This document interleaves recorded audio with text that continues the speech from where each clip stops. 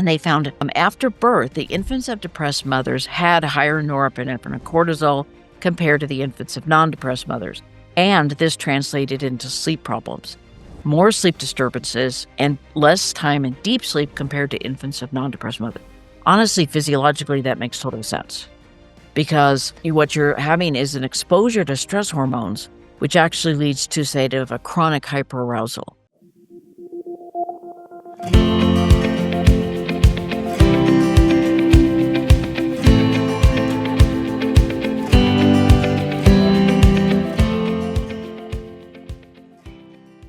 Hi, everyone. Welcome back. Listen, today I'm going to talk about something a little bit different, but it's a chapter I've been working on, and I thought it would be of interest. It's called A Critical Review of Cry It Out Efficacy Studies. And so basically, my task, and it's part of an edited book, was to determine whether sleep training or cry it out techniques were actually effective in terms of all the different claims that parenting books make. And, it's kind of crazy because this is actually one segment of the parenting book audience that actually is really selling well. A lot of parents think that they have to do this, that this is the idea of good parenting, and they're instructed to do this. And people have made millions and millions of dollars out of advising parents how to get their babies to sleep better at night. And, you can kind of understand why. I mean, infants crying at night is probably one of the hardest things to deal with when you're dealing with a newborn, and so a lot of people are sort of quick to offer help, and it seems kind of like help, but really, is it the best thing for infants and mothers, and actually the entire family? Because this actually honestly affects the whole family. So, I'm going to first start off by kind of acknowledging an assumption that you see in a lot of studies, particularly in the pediatric literature, where they actually specifically recommend it and say it is something that is beneficial for parents and for families. Okay, so for example, this recent review in 2017 by Bathory and Tomopoulos actually suggested that pediatricians recommend techniques such as graduated extinction, which is kind of like as they let babies cry kind of longer and longer and longer over time, were actually good for babies. And in fact, it was up to pediatricians to recommend this to mothers. So you kind of get an idea that this is something that a lot of kind of mainstream healthcare providers, but also family members and stuff will recommend to mothers. So my question is to look at this literature and kind of really say, is this a good idea? Is this something that we want to recommend, or is this something that maybe we should have a second think about? I think you probably know which end of this I'm going to end upon. Okay, so first I kind of started off by talking a little bit about the theoretical models. And this is important because, oftentimes actions rise from a theoretical perspective. Like somebody posits a theory, and then people run around and try to do studies that actually document that that's the case. And then we kind of move on, theory develops. And so that's kind of what's happened. And I think one thing that's important to kind of talk about just in this context is the idea that, during the Industrial Revolution, we really had a lot of change in ideas. And what we really started kind of thinking, especially toward the dawn of the 20th century, is that science seemed like it was just on the verge of solving all human problems. That science was kind of the new god, and that you had to then change with the times and adopt things. And so kind of within this kind of time frame, probably in the 20s and the 30s, we're really talking about, some psychologists developed actually a school of thought called behaviorism. And the whole idea was this was supposed to be a very empirical method that you only actually did research on things you could see. You didn't look at things like thought processes or emotions, anything like that. Anything you couldn't actually see with your eyes, you were actually supposed to measure, and everything else was kind of superfluous. And it sounds kind of silly now, but yet this has still got a real hold on the literature around infant sleep. And so again, let's kind of critically evaluate this. So behaviorism is actually kind of a school of thought. And, two of the kind of chief proponents of this were psychologists named John B. Watson and B.F. Skinner.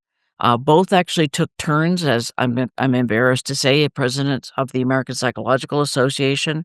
And again, the idea, it's really kind of a simple one, is that all human behaviors is shaped through a series of contingent punishments and rewards.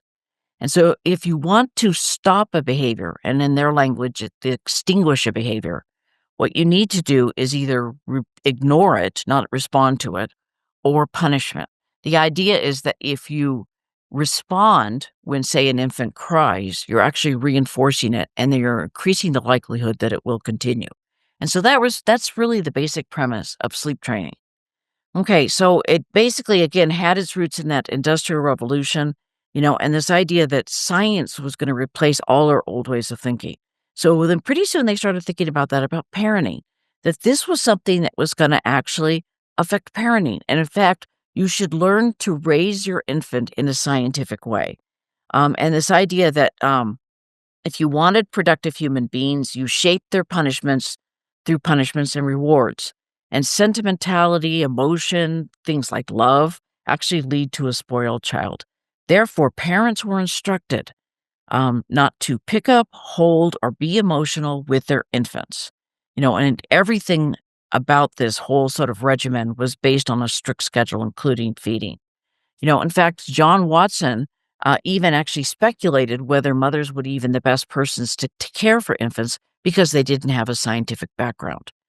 Okay, so again, the idea is that if an infant cries at night, you do not reward this by responding, and therefore that will cause the crying to cease. And I remember actually hearing about this in graduate school, and it just, I mean, at the time, it was long before I had kids, but I remember thinking, doesn't really seem to make a lot of sense.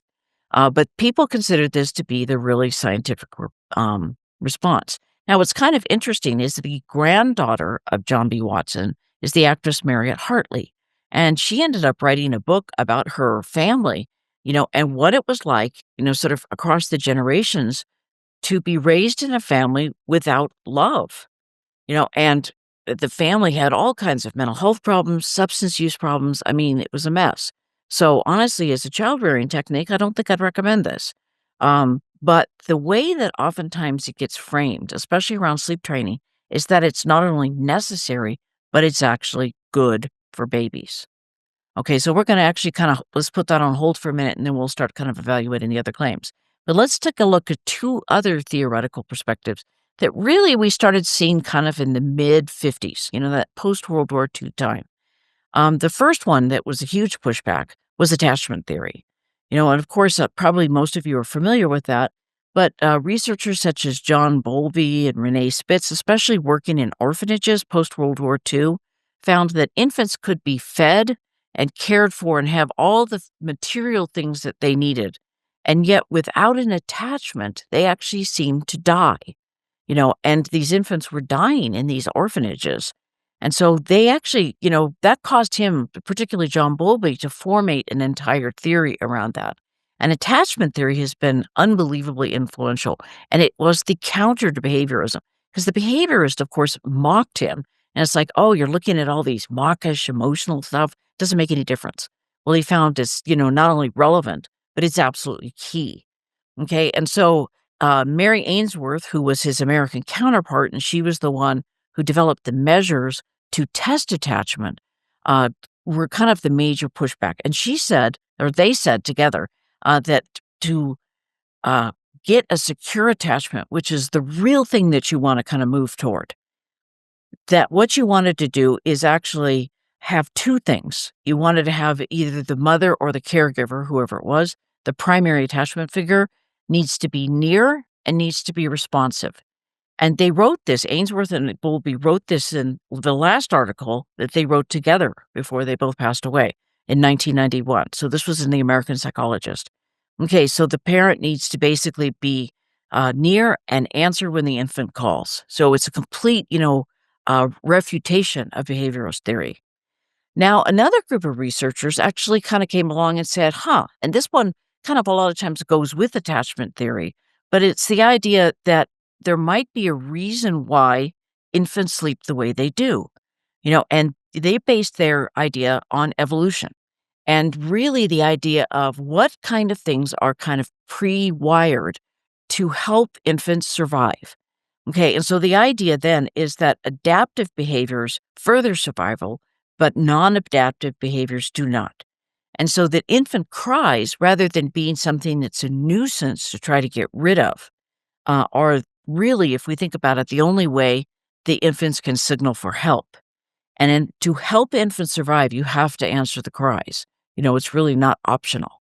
Okay, so you find a lot of times kind of the counter to the sleep training approaches adopt oftentimes a combination of attachment theory and ethology, which is kind of the evolutionary theory.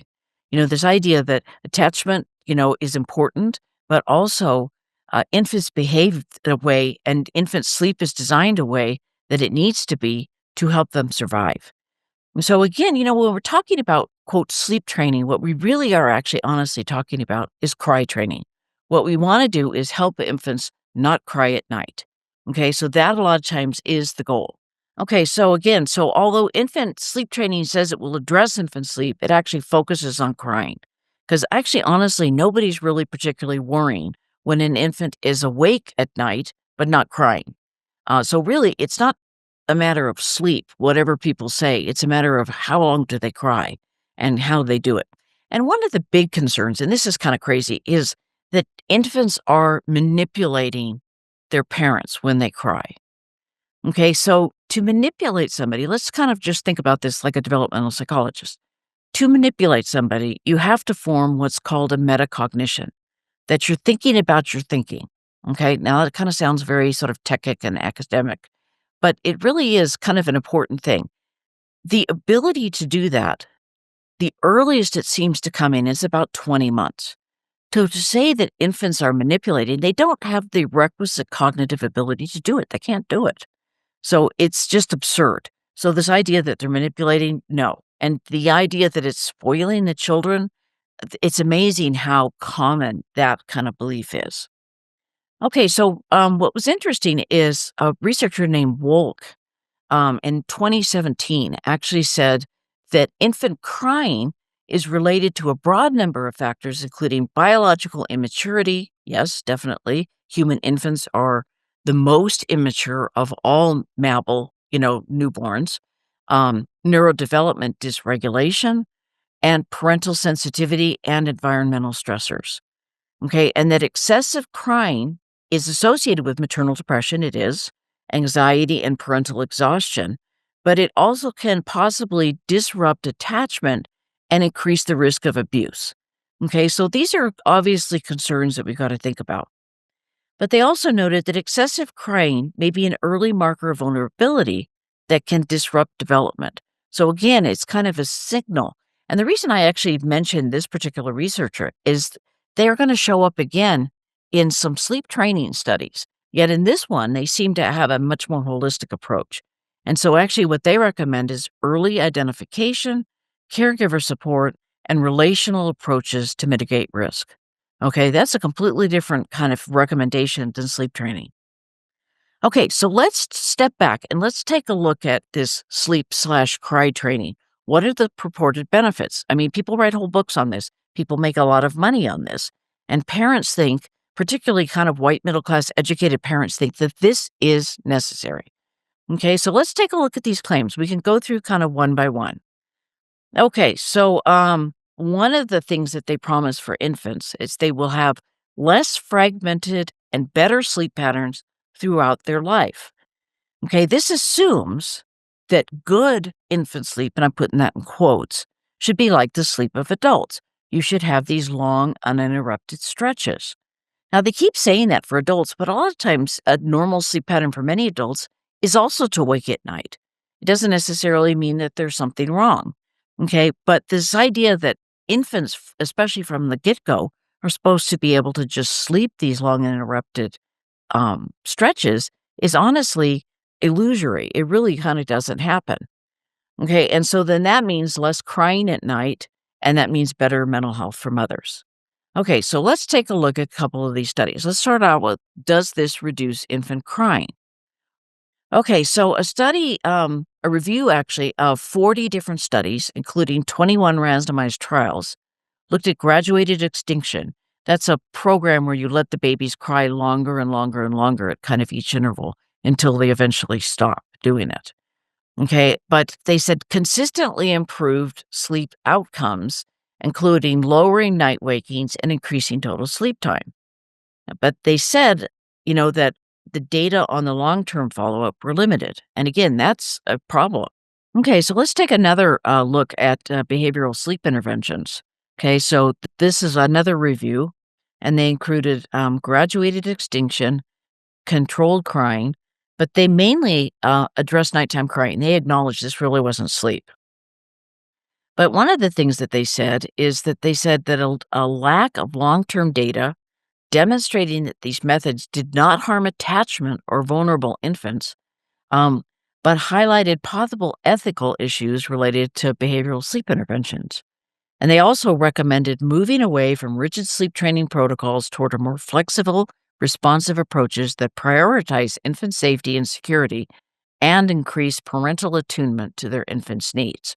So I think this is actually very interesting because, again, this is actually a review of these sleep training studies. And yet, what they're recommending is actually not doing this, but trying to kind of do interventions with the parents and also teach the parents to be more responsive. So it's kind of interesting that although the behaviorism still kind of is the lead in these books and the parenting books that people recommend, it is actually something that people kind of move away from when they start kind of talking about, is this a good idea? And so this was actually, a literature review on that, but they actually recommended really thinking about the, attachment security and the parental attunement, that the parents are paying attention. Okay, now this was another study that actually came from Canada, and they found that mothers who used cry it out techniques had higher negative emotions and more crying at 3 months. So this didn't reduce it, it actually increased it. The babies became more frantic. But they said butt behavior and sleep improved by 12 months with fewer night wakings, more sleep, and less crying. Their sample included 1,826 Canadian mothers and infants, and they were assessed at 3, 6, and 12 months. Okay, so then they did a subset. They pulled a small group out of this. So 137 mothers were assessed at 6 months for maternal sensitivity and at 20 months for infant attachment.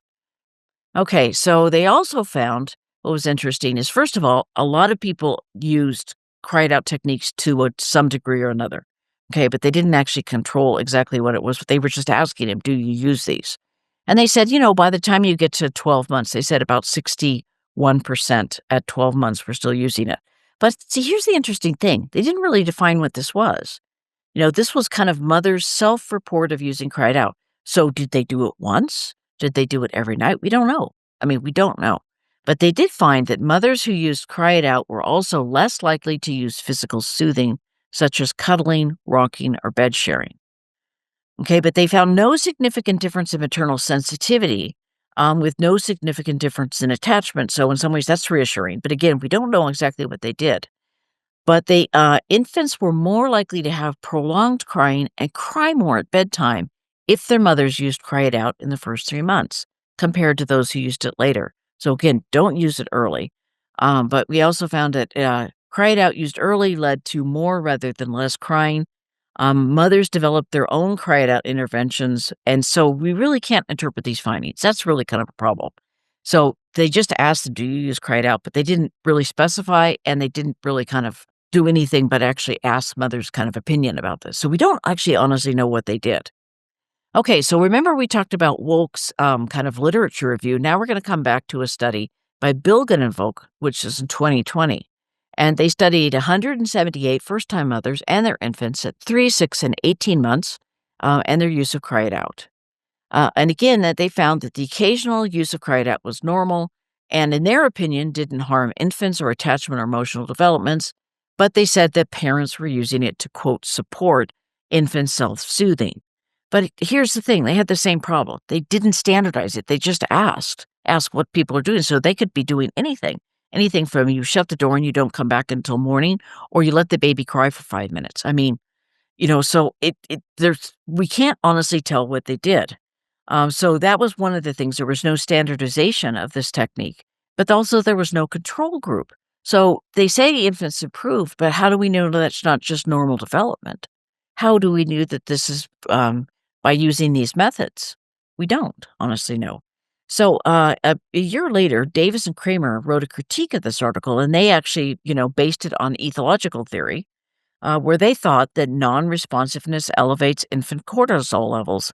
It impairs self regulation and negatively impairs long term independence and confidence. And they said, from an evolutionary perspective, infant crying is a biological driven survival mechanism that elicits caregiver proximity to signal unmet needs, and ignoring it is not an option. And so I think actually, again, that is actually a really good point, because anytime you actually have prolonged crying in infants, we do get the stress hormone cortisol. And cortisol is actually quite bad news for brain cells. There was a wonderful article written in the journal Science back in 1996, so, almost 30 years ago. But he walked through, Robert Sapolsky is the author, and he walked through why cortisol was bad for the brain. That's what the article's called. And walked through and talked about how if there is elevated cortisol levels chronically, that it actually shrinks hippocampal cells. And those are the things that are involved in learning and memory. And so that's really a problem. And if you have high cortisol, and you've got a developing infant brain, it's just really not a good idea. And me as a trauma researcher, I hear high cortisol and I think this is a problem. So, that's kind of what they recommended. They also said that null findings do not mean no harm. Because again, part of the problem with a lot of these studies is they have high dropout rates. So the infants most likely to be harmed are the ones that are probably not going to continue to participate. So we don't know. But they advise parents to consider cry it out's potential developmental risk and interpret their findings within the broader literature on the importance of responsive caregiving. Absolutely agree with that. Okay, so another study did not alter infant crying, but they focused on changing mothers' responses to it. Okay, and so what they tried to do is, kind of teach mothers to not respond to their infants crying. Okay, so honestly, I kind of have a little bit of a problem with that, but that's what they did. So they looked at that and they did an intervention with 91 infants, and they found that their intervention did not lessen infant crying, but made parents less responsive to it. Okay, so here's why this, I think, is a problem. This was a study by Wendy Minimalist that she conducted down in New Zealand, and they have these residential programs where you can go there with your baby and they will do the sleep training for you. And usually the babies are about 8, 9 months. So that's a lot of times a problem when babies have trouble sleeping. They may have been sleeping and then all of a sudden they start waking up again at night. And part of that is really due to a shift in their development. They develop actually during this time the ability to determine if objects are permanent or not. In Piagetian theory, we call that object permanence. And so suddenly they know that there is a caregiver who is suddenly not there. And so a lot of times they wake up in the middle of the night. This is a lot of times when that starts. It really reflects that developmental shift. So in this program that Middlemas was researching, that you can go there with your infant and they will sleep train your baby for you. So it's a 5-day residential program. And they found at the beginning the mothers and babies were really synchronized with their cortisol levels. They were both high. But what the program did is actually desynchronized the mothers. So suddenly the mother's cortisol level did not match that of the babies. And Wendy actually honestly thought that that was the most problematic finding of all, is the fact that the mothers were no longer in sync with their babies. And here's the really kind of tragic thing to me is by day 5, the babies were no longer crying. So you might think, okay, problem solved. However, these babies still had high cortisol levels. So again, you're exposing your baby's developing brain to high cortisol. And so here's these poor little mute babies still distressed, but they've learned not to signal. Okay, and so again, this is actually raises a lot of concern. Okay, so then the next goal, besides stopping infant crying at night, which it's really mixed whether it actually does that. I think it does something because it feels like it gives the parent something to do. Okay, so the next thing is, does it actually improve infant sleep? And again, this is this idea that we have to teach infants to have these long interrupted stretches of sleep. And where did that idea come from? Because honestly, they're describing adult sleep. And is that the sleep that infants really need to have? Okay, so this is a review from China where they looked at a lot of sleep intervention studies, and they used 11 different studies, And all of the studies used an actigraph, which is a measure of sleep. So you kind of put it on their wrists and they can kind of tell, are you sleeping or are you not? So it's not just parent report. They had also this kind of objective data. So for infant sleep 0 to 12 months, and for they used behavioral sleep interventions, including graduated extinction and bedtime fading. Programs range from 1 to 8 weeks. So again, a lot of heterogeneity in the types of programs that they used. They said that they did reduce nighttime wakings and the amount of time it takes for the infant to fall asleep. But despite the positive results, the infants noted some study limitations, including small sample sizes, heterogeneous interventions, yes, I just said that, and inconsistent actigraph analysis. And they said most of the positive results were based on the parent self report. The parents felt good about it. I think a lot of times parents feel like they're doing something and that makes them feel better. So again, like I said, this is why you need a randomized trial where you need something where parents are still talking to somebody, but they're not necessarily doing the behavioral sleep techniques. Okay, so another meta analysis of 24 randomized trials that included 3,900 infants, 0 to 12 months old.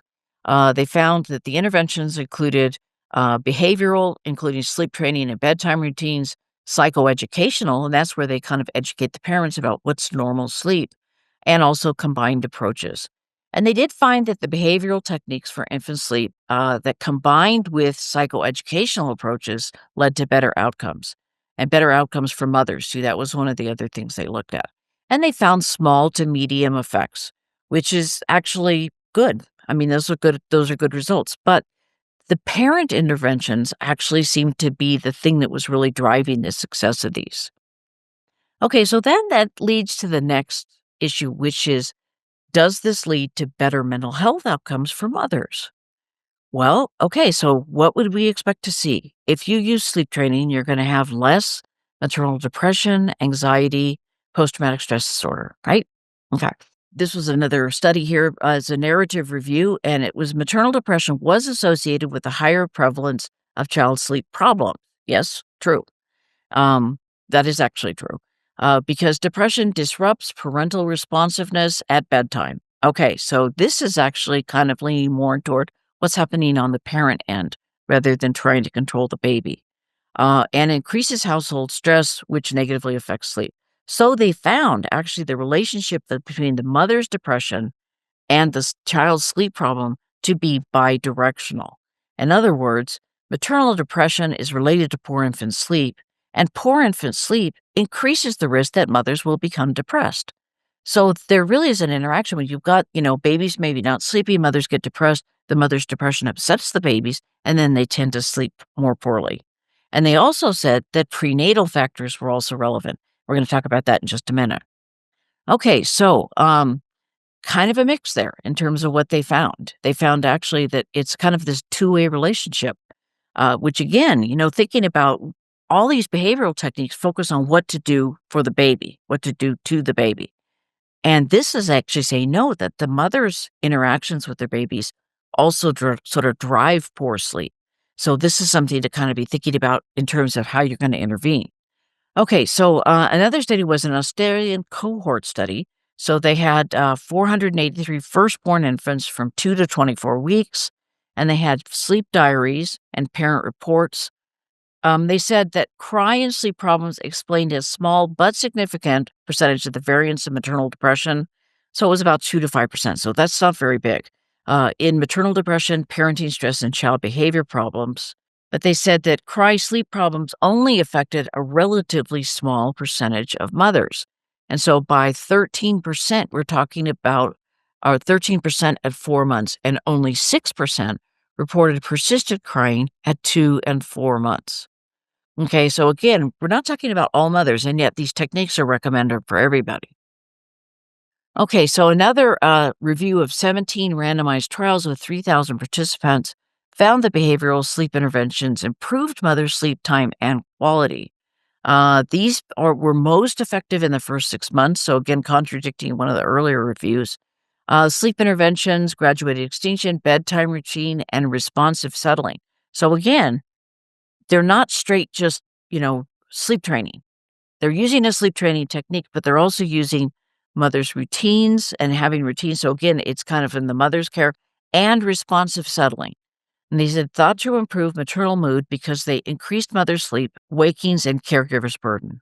But they also describe two things, sleep training and basically sleep hygiene, which are responses of the parents. Okay, and so then that kind of really leads us to, okay, you got this kind of approach. We kind of see their mixed findings. So what does all this mean?